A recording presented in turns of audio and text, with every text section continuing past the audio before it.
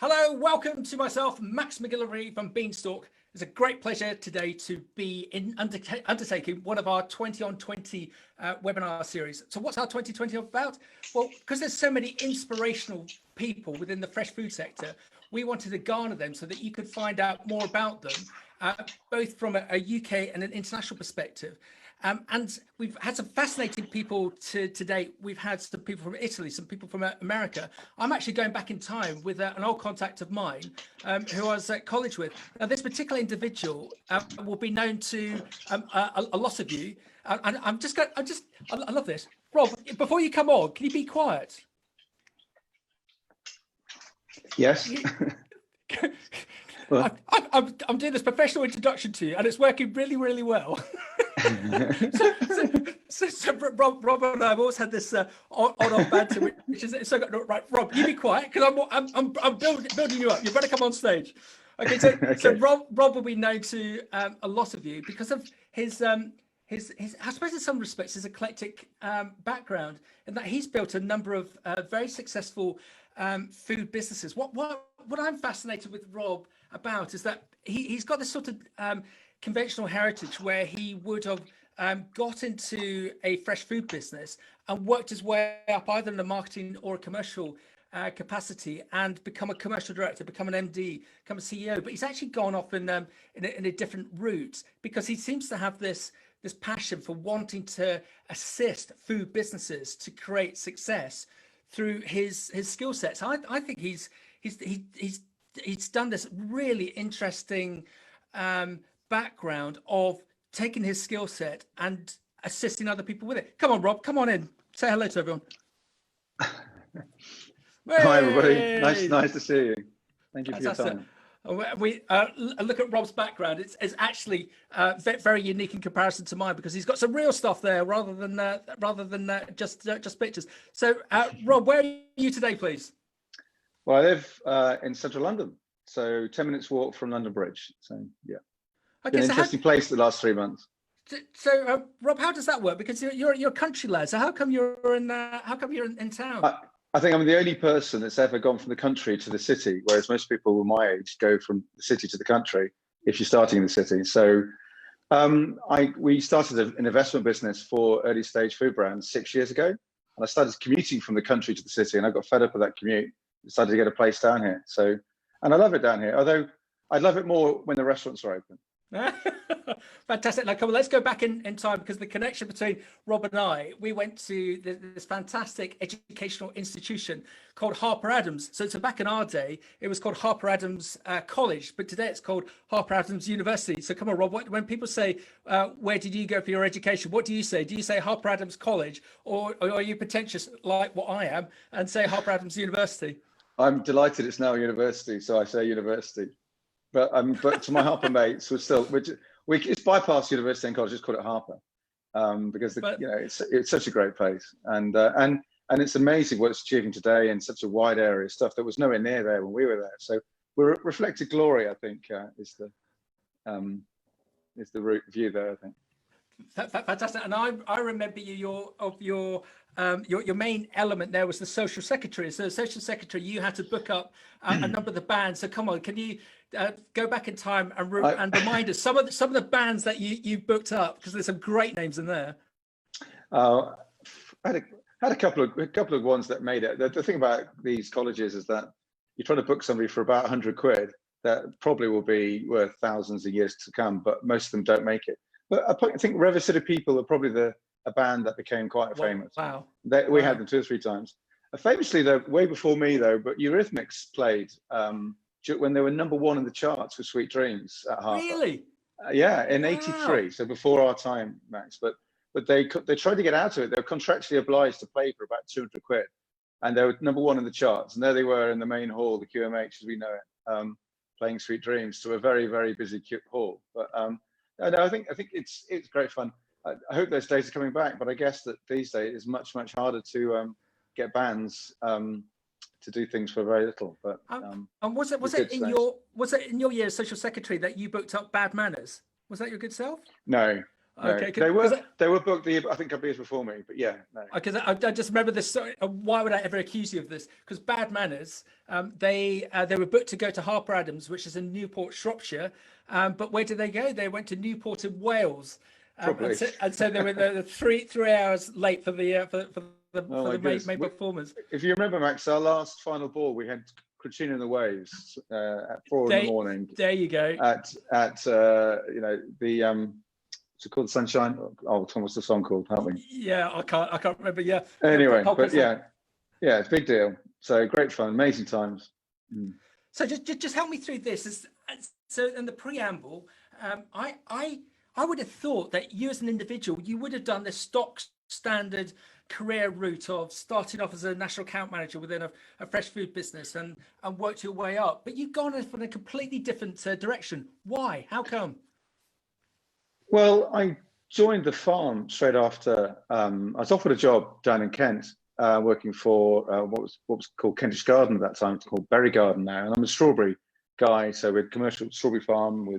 I grew up on that, but we were tenant farmers, and it was a tough time for the farm. And I don't think my father would mind me saying this, but if I didn't come back, the farm would have gone.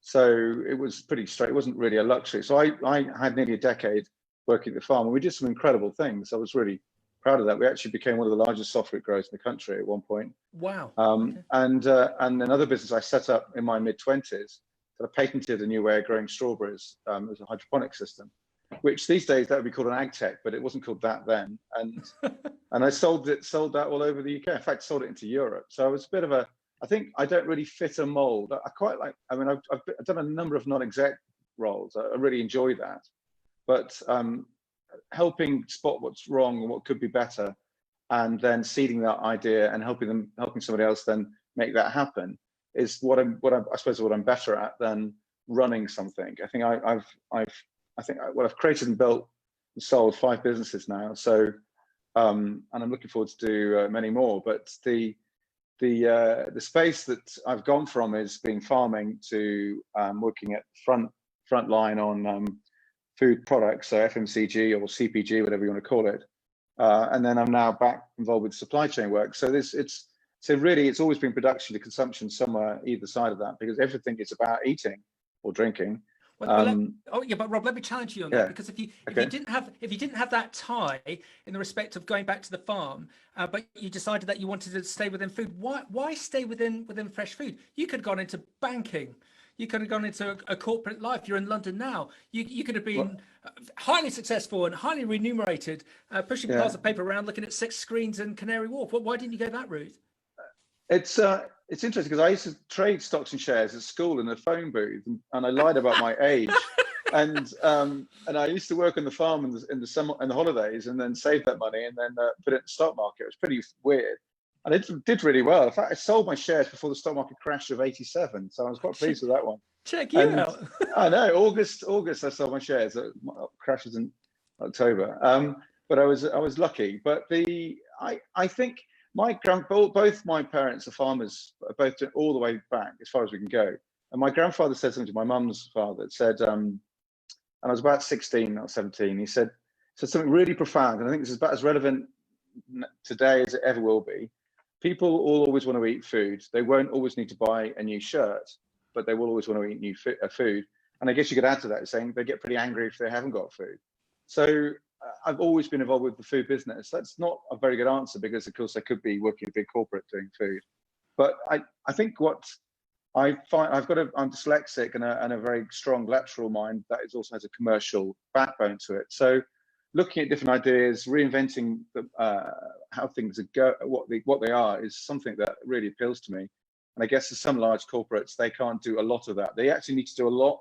They need to do it, but they're not very well equipped for it. So irony is that I'm probably going to do more and more big corporate work going forward. I'm starting to do that now, particularly around innovation, around ag tech, supply tech innovations, and marketplaces, where I get to work with people doing that. And that's where you can really start to sort of think about how can we really deal with the challenges we have today, which are enormous, but actually a very exciting time of the industry. So I'm in food because I eat it sometimes 3 times a day. and and and actually I think that it's a great connector, you know, in the way that I love the social, I love the psychology of food, and why would I choose something over something else or not? And then I love the fact that, you know, the cliche, it's international, isn't it? It's not a new idea, but then you think, well, what's next around food? And I've always been fascinated about crowd behavior and what makes a lot of people go in one direction versus another. And I guess putting all of that together, you couldn't get better than food, business, and the psychology around it. So the puzzle of unraveling what people are going to eat is something I really enjoy. So Rob, are you a bit of a traveller within the food sector? If a company approached you after you've done some work with them and said, Rob, you're fantastic, we want to get you on board permanently, we want you to be MD, CEO on a full-time basis, and you've got to say thanks, but no thanks to all your other projects and interests, would you look at that? Or are you this traveller that wants to be connected, that wants to assist food businesses ongoing? I think, well, I did enough with scholarship 10 years ago. That was a bit of a breakthrough. Then I sold a business after that. So then I did a lot of travel, but it wasn't holidays. Well, I did go on holiday, but a lot of traveling. And last year I exited the last business and I went to 11 countries researching ideas. But those are to discover and learn and be useful. So I like traveling because of the reinvention that enables. But I'm very happy to be settling down and working consistently, and I've done a lot of traveling. I think what we've learned of these last 3 months, and I was doing a lot of this before this Zoom call. You know, it was Zoom or mainly Skype. It's funny how Skype has disappeared. Yeah, I mean, crikey, isn't that odd? Yeah. You know, who are those guys? So in the old days we did Skype anyway, but it's quite normal because I often saw people that were all over the world, and actually the pleasure of not traveling for the sake of traveling is really profound, and this is very sticky for where the business is going and how we then live and eat around that. We've seen, I think that, you know, I think the getting more time back because of not traveling unnecessarily is a opportunity to really enjoy food again, as opposed to treating food as fuel. And I think that's an interesting aspect. So actually, I'm really enjoying spending time cooking some good food and enjoying the space that not traveling creates. Yeah, because absolutely during this period that we're in, there's definitely been some advantages that in respect of fresh food, that all the stats are showing that the number of people that are scratch cooking compared to the family time that everyone has got. Yeah, you just hope, Rob, that everyone would be so excited about that as we slowly get out of a lockdown scenario within the UK and internationally, we'll keep that mantra of still cooking at home. What do you think? I think that it's highly likely, because once people start commuting again, and living in London, I you know, particularly the tube in the morning, my God, is that nuts? So you just think, I don't want to do this. I'm not going to do this. And I think a lot of people will be doing that. The other stigma I think that I believe is gone now is that working from home was basically almost a duvet day, and looked down on by many leaders in business. Whereas, in fact, if you get the stuff done and you're more productive because you're not spending 3 hours commuting or whatever the number is, then it could be a lot more productive and happier. And maybe you work in blocks of time throughout the day. You know, the idea, what we're doing, I certainly had a long break in the middle of the day and go for a run, get some exercise, go for a dog walk, whatever, and change your day routine. It doesn't mean you're not getting stuff done. And it's so much better for you than looking at a screen for 8-9 hours and then, you know, going home and looking, and just that world is so, I think when people, I think even when it's available, I don't see why people will want to do that. And then the issue will be then is somebody's got a great big office that's full of people, or what are they going to do with the overhead? So we're going to see vast changes in overhead costs. But I come from a more of a agile scale-up world of business where they build as they go, which means that they don't necessarily need an overhead like that. So this new era is going to, if the bigger businesses that have got huge offices that are now empty, they need to do something about that urgently. And because it's not, one, staff won't want to work there, and where they can work, they don't have to do working in office so much. They will choose to go there. So the skill's going to move. And equally with costs of running an office are enormous. So if you can avoid that, then that also could be useful. That being said, I do think social interaction is important. Sorry, go on. Absolutely, Rob. And speaking to some quite senior people within the food sector, they stated to me exactly as you are, that Max, I've been more efficient working at home. I didn't think I'd ever would be. I've always worked in the office for the last 20, 25 years. So I've decreed to everyone that they can now work from home, and we're going to write that into their contracts. But Max, what we're going to do is we're going to make sure that we have a quarterly meeting with everyone in a hotel, 2-day meeting. Yes, we'll have some beer if we're allowed to do that, and social interaction, but we'll also talk through the planning. I don't care if they're at the desk at 7:30 to 8 o'clock at night. It's about results. I think we've all got to be mature, Max. We've got to let these people have their own head to show what they're. So yeah, I think that's a fantastic revolution that's going to happen, and perhaps even commuting might fall by the way, and the whole environmental aspect of that. So, and I think on that side, it's very exciting. It's interesting. I had an argument the weekend, in a nice way, with a friend who's he sells remote working systems, so you can already understand his bias. And I did say exactly what you just said. So we still need social interaction, and also we've got the 20-somethings that need to learn their trade. It's okay that I've spent 30 years, 25, 30 years at the coalface, but if they're remotely, they're not at the coalface. So how do they learn? And I was debating with. But he cited good examples of tech industries that they would never meet ever. Yeah. And yet they've got perfectly good businesses, and I suppose they fulfill their social interaction with other not people from that where they work, but they still have a great relationship. So yeah.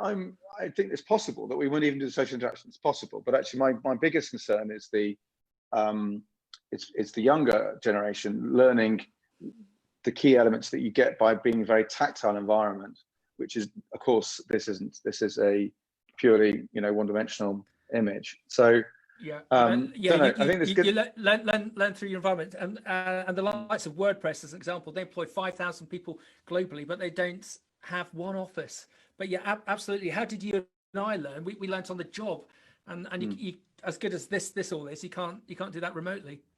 I'll give you an example. I was having a conversation with a new technology around it's a scavenging system, ethylene scavenging system for soft fruit, well, any contained fresh produce. And we're talking about strawberries, particularly. That was my background. And we're talking about the problem with when does a strawberry, in this case, it could be any of the fruits, start to produce ethylene. And it does it when it's stressed. So the moment it's picked, the moment it's eaten, it's starting from no stress to a level of stress. And going from working with pickers to put them into a tray, to put that tray into scales, to put those scales into a pallet, to move that pallet from the field to the pack house to the lorry, to the depot. Every single moment, I'd understand about the impact, dropping a pallet too quickly, hitting the floor. You can't do that on Zoom. And knowing that if you drop it at a certain speed, you could bruise the entire pallet. So we're having this conversation around at what point are the stress moments of a fruit going from that hanging off the plant to in my mouth. And actually, if we can change the stress moments, which initiates more ethylene, can we change the shelf life without destroying the taste of the product? And of course, the industry is doing that, but how much better could you do that? And then with it, we included this ethylene scrubbing system that helps reduce that. But you need that practical experience. I mean, I guess that's what the industry is not going to change in the way that you've still got to move stuff from a field to a plate. But there's a danger that we across other parts of the industry that we do lose that interaction and frankly, basic hard-nosed experience. Well done. So we found out a little bit about your background and your thought process. I've just had a message in that this Rob guy, he's really intelligent. He's very handsome. What's he actually doing today? That's my mother again. I couldn't possibly say. Well, I mean, thank you. But, tell us about Forward Food Tech. Come on, that's what we want to know. So, ground up. I've always been interested in technology, and I'm always interested in business and interested in produce. So, I like it was glaringly obvious that the new technologies are going to be a lot of the solutions to the problems we have, be it sustainability or costs or both. And actually decided to create something that is all about let's work with new technologies that are both reducing costs, improving bottom line today, and delivering on sustainability goals that we are now factored into. We have to think about this, whether there are always going to be people against it. But I think in the last 2 years, if we haven't started to get our head around that, we are in real trouble. So what I'm working with is some amazing businesses from around the planet. And we've got over 25 businesses we're working with who are trading in over 30 different countries with new technologies around food and agriculture. So from production right through to marketplaces at consumption.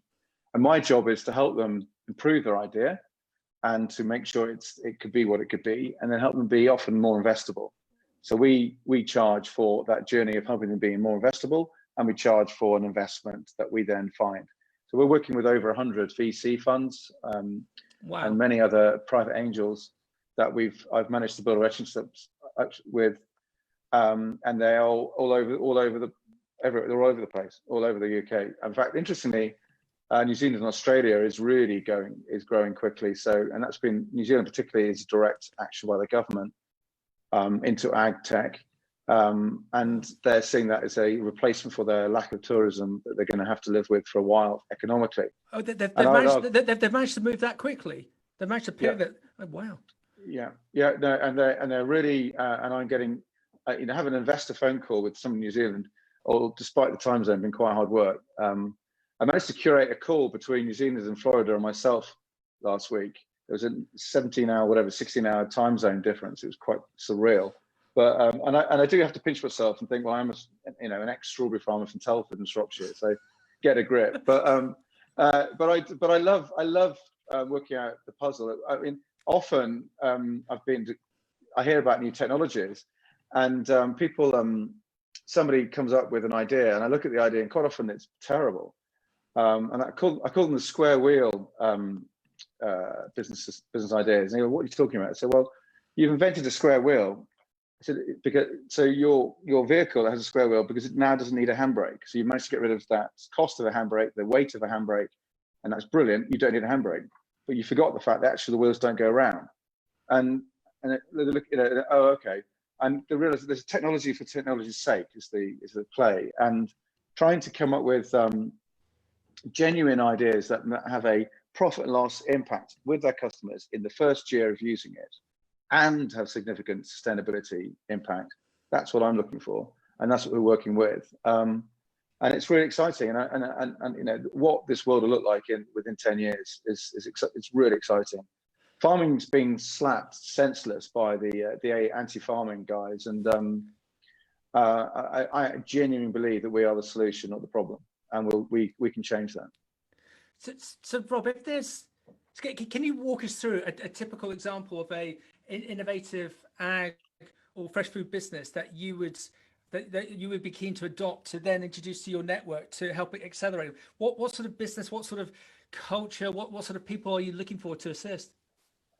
So there's a German company that I'm working with, have been now for 6 months, and they're a machine learning artificial intelligence data business, and that sounds cool, doesn't it? And it sort of hits those sort of words that think that people try and use words like that just to sound cool, or trendy or investable even. But what they are doing is that he's developed with a bunch of very, very smart people a process in produce, so affecting our industry in fresh produce, where they work with in 3 different continents, 8 of the top 10 plant breeding companies in the world, and they've managed to reduce the plant selection time by 80% or a fifth, whatever way you look at it. So 5 times quicker. So what used to take 7 years is taking 18 months to produce a plant that is designed for the selection they want.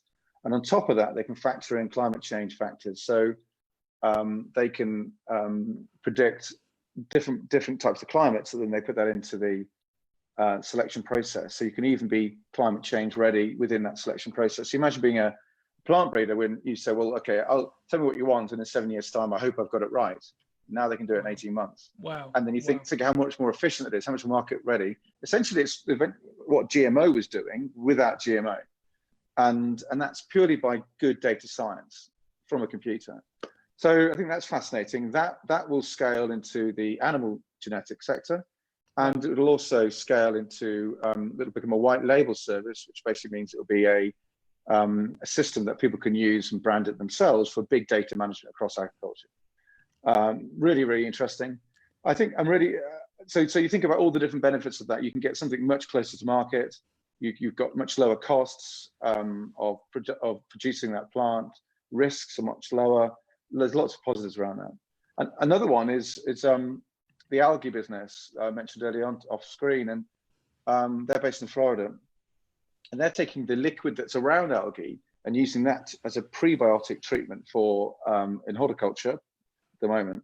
So in strawberries, they've managed to achieve a 75% reduction of NP and K, and a 50% reduction in fungicide treatment, and a near doubling of shelf life by using this treatment.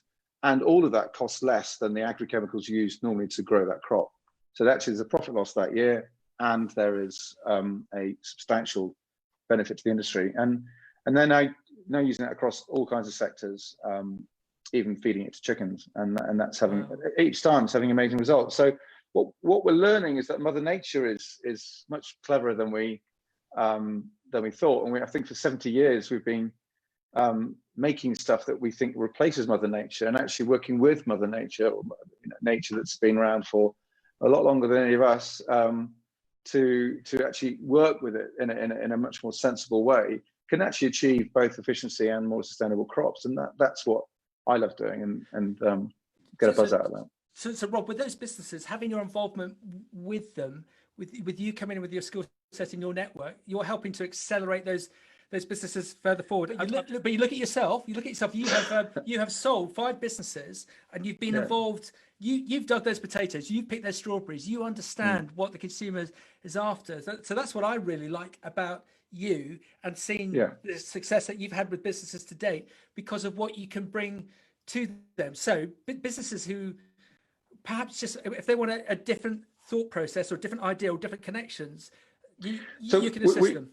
We launched during one of the, how do we respond to things? COVID, I was working on an idea before COVID. Well, COVID helped me launch an idea that we actually started last week. So, but it's after 10 years of doing things like this, and I've distilled it into this one single system. We call it the Leadership Hub. It's on my website at ForwardFood.Tech, and in it, we've now got 2 groups of ag and food tech businesses. One is scale-ups, where these are businesses that are already up and running, but they're looking to grow very rapidly. They're raising probably between $5 and $20 million.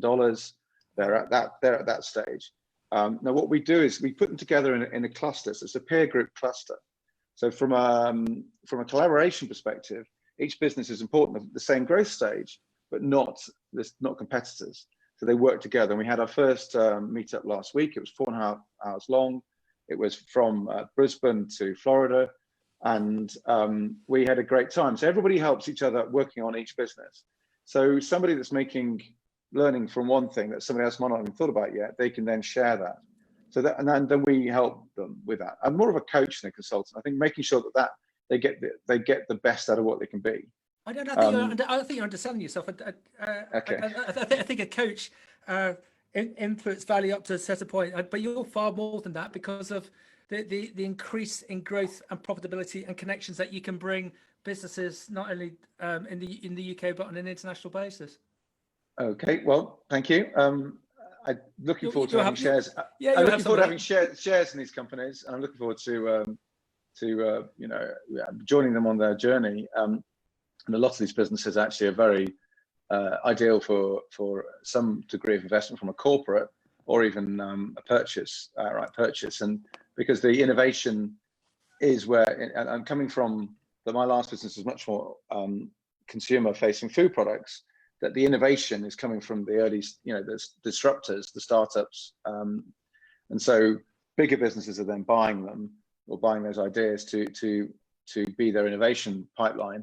And that's exactly what's going to happen in ag tech, or is happening in ag tech, and will happen a lot more. So by creating these okay, groups, but hold on, Rob. Yeah. I'm going to challenge you at one point. Rabobank in November of last year, specifically talking about the gold rush that is vertical farming. They stated that in 3 years' time, 90% of the players involved in vertical farming would not be involved, would have fallen by the way in 3 years' time. Do you think, is this just natural selection? That there's this enthusiasm, especially post-COVID, to get involved with all of these innovative food schemes. But do you think there's going to be a natural selection is only going to be the strongest, or those best supported that are going to survive? So if you looked at the life we live in is not a photograph, it's a video. And whoever wrote that report, which I read from Rabobank, was looking at a photograph. And at that moment, all vertical farms were unprofitable, and many had gone bust. So it was a pretty easy prediction that given that situation, they would not make it. However, they probably didn't know about what's coming down the line. And what is coming down the line, and I've been involved with some farms, is one, a dramatic reduction in fixed costs to set up one to the degree of around about 50 to 60%. That's how it's coming down. Two, looking at modular and 100% automation. So modular production and 100% automation. That changes its business model completely. So what the first vertical farms got wrong, very like online, the first online proper business was Tesco's.com. And all they did is put their shop online and then put a member staff in with a shopping basket down the store and put it in. Now I copied that and got it completely wrong because I didn't understand. I just thought, well, that makes sense because I'm utilizing an existing store. But actually, what I didn't understand is what the real drivers around why I might buy something online. Now, the same with vertical farming. They just used existing glasshouse thinking and applied that in an environment which was a high cost environment, because the cheapest thing was light, where they cut the light out and then had standard systems. So it was a stupid idea. What is happening now is this modular growing. We have fully supply chain driven modular growing, where you're literally growing literally 5 meters of products within a house that could have thousands of meters of production for one particular customer. So and on top of that, there are a whole pipeline of new innovations, pulse lighting. There's all kinds of different water techniques. There's and we're looking to double productivity on existing vertical farming, which is already a huge leap in productivity. So they were right at that moment, but they didn't. Whoever wrote it didn't know about what's coming, and so and it's often the case that you have the earlier stage people get it horribly wrong, but they do start something that ultimately is right. And online is a good parallel, because it's taken Ocado 20 years to make money, but they get there, but but only a few get there. And so I accept the point that a lot of these ideas won't make it. I like looking at other industries to learn about what to do in an existing industry, and I think fintech is a very good parallel for the ag tech. And what we've seen in fintech is things getting smaller and smaller from the point of view of the specific task the business is identifying, and developing very clear skills about that, and being really good at that, and being really known for that one single thing. Where ag tech has gone wrong, and is that it's trying to be too many things at once, and it literally just can't do that. You can't reinvent everything at once. So being really good at one thing once. So PayPal in fintech completely changed the banking system. Now they're the old boys, and an example like Stripe come along, and within 5 years they're worth over 50 billion because they did it better than PayPal. Now, but all they're doing is a payment gateway, but the crucial part is the interconnectivity. You and I, who might know anything about this stuff, could integrate a Stripe account into our websites in minutes, thanks to some very clever stuff now. That's not the case in ag and food tech. Too many businesses have been looking at data in the wrong way and not thinking about the interconnectivity, but that will happen. And when that does happen, then you'll see a complete tipping point of this. And then you'll start to see the incredibly powerful things we can learn by these different technologies that are all then working together. Well done. You wouldn't dream of trying to understand how a car works today, but at some point there were some really bad cars made that got us to the point where we are now, and I think that's similar. Well done. Well done. And I've just had a message in from our anonymous user, Max. Your question about vertical farming to Rob. Rob definitely put you back in his box. Put you back in your box. Well done, Rob. Thank you for that one. And the next question is, can you get Rob to predict the future? So just as we wrap up, come on, what's this all going to look like 10 years out? Get your magic ball, or in my case, a magic apple. What's this all going to look like 10 years on? I think the most dramatic change we're going to see is the change in how our cities work. 6 months ago, everyone was predicting the entire planet's going to live in a city. From a percentage perspective, we were moving more and more into cities and less into the country. That has been turned on its head. I think the key feature will be one, we actually are very good at surviving. So we are what we are today. We leave this planet because of our ability to adapt and adapt quickly. So I wouldn't overestimate the level of change because of that. We are able to deal with stuff quickly. And I think look what's happened to many of us now, how we think about life, and we have changed our mindset about lots of things. So we can change, we can adapt quickly, but I think one of the key elements will be how we adapt. So the future, in my mind, is that we're going to see the borrow or the sharing asset economy. If we think whatever it is today, I think it will be 10 or 20 times more in the future. So the sharing economy with Airbnb or even borrow my doggy. You can borrow mine whenever you want, by the way. She's exhausting. The sharing economy is going to turn into this community sharing economy. And I think the millennials have had a lot of stick for being snowflakes and a little bit withering. This is their moment. It is almost as if they've been bred specifically for this moment in time, where they're really happy to have a sharing and community-based thinking. So I think we'll have community-based buying and sharing, so community-based eating. This already exists in many sectors of the economy, but I think it'll be more universal. And I think completely standardized, high, expensive, arguably, supply chains that exist, and I'd argue the supermarket is about as expensive as it gets, is that we could change all of that very easily. And we're somewhat laughing about the fact that as well as running our large supermarket soft fruit business, also set up a farm shop in 1990. So a while ago, there's only 200 farm shops in the country at that time.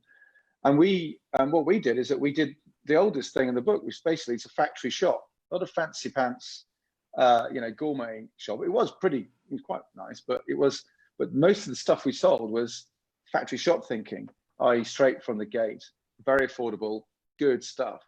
And reconnecting with farming in a new way. So the way that the brands engage won't be a veneer; it'll be a genuine family, feel like a family member, and that transparency and authenticity will already go up far faster. But equally, it'll expose the people that are not part of that. In my back room, I've got a camera system from France. That is a AI camera system for livestock, and it monitors like crowd control at football grounds, every individual animal, and follows them around, and it can predict their behaviour and their welfare. So I think, and as we get chances, people in our communities, to be able to see good welfare versus bad welfare, the good and bad will become very, very obvious. And so people that think they can get away with stuff or treat animals in a way that isn't actually of the customers that you sell it to's feelings, you're going to be found out. So we're looking at community-based food. I think that is a very powerful space, how people will buy together, live together, enjoy things together, but with the ability to do things remotely in the sort of older, 40+ generation, is an incredibly exciting time around food, because I've always cooked from scratch wherever possible, and then we talked about earlier on, and love it. And the only reason why I haven't is because of time. Well, if I get more time, then I will do that more. So that's going to affect the industry and how we buy things. So I think how we eat and what we eat and how we learn about what we eat is going to go from whatever it is today, tenfold plus, and how we share that will feel real rather than some sort of color scheme branded veneer. It will be much more genuine. And it won't necessarily be a logo or a brand. The brand will be the feeling I get from that community. So in many ways, it's a brandless brand. And I think there's a very, but this will happen rapidly. And we need to understand that there are people that have come into this country, and I was reading the weekend about there's 10 million more people in the UK when Margaret Thatcher was in power to now. They've come here for a reason, and they can go for a reason. And I think what we should never make the assumptions are that back to this photograph of the world, where actually it's a video of the world, we should never take for granted good people have come here to live and work. They can go elsewhere if it's better. And if you can remotely work in Lisbon and go to the beach at 4:30 in the afternoon and have whatever it is, 300 plus days a year of sunshine, you might do that. So we should not take for granted that the people that are here to serve, that we serve the food will stay here. And that's the UK focus, but of course we think internationally, then we've got the same conversation in a multiple directional way. So much more community-based eating, and how we then engage with where that's from and who it's with, I think is a beautiful future that I'd like to be part of.